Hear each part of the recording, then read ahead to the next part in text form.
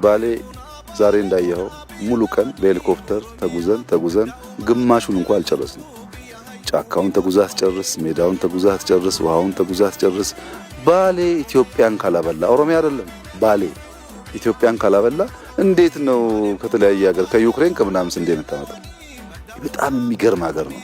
ኢትዮጵያውያን ልባቸውን ከፍተው አእምሯቸውን ከፍተው መጥተው ቢያዩት ጥሩ። ኢትዮጵያ ውስጥ ሁሉ ጊዜ የማያለሙ የማይንቀሳቀሱ ቤተ መንግስት የሚቀመጡ መንግስታት ትችት አይገጥማቸውም።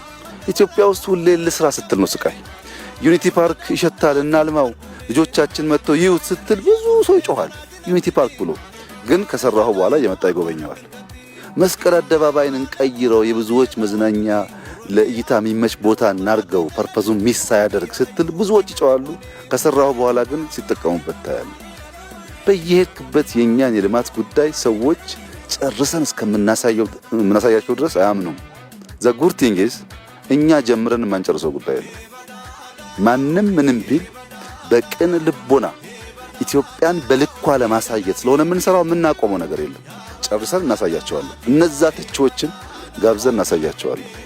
በዚህ አቲቲዩድ ኢትዮጵያን ለማወቅ ገለባብጠ ለመስራት ብትዘጋጅ የሀገር አፍሪካ መቀለብ ይችላል።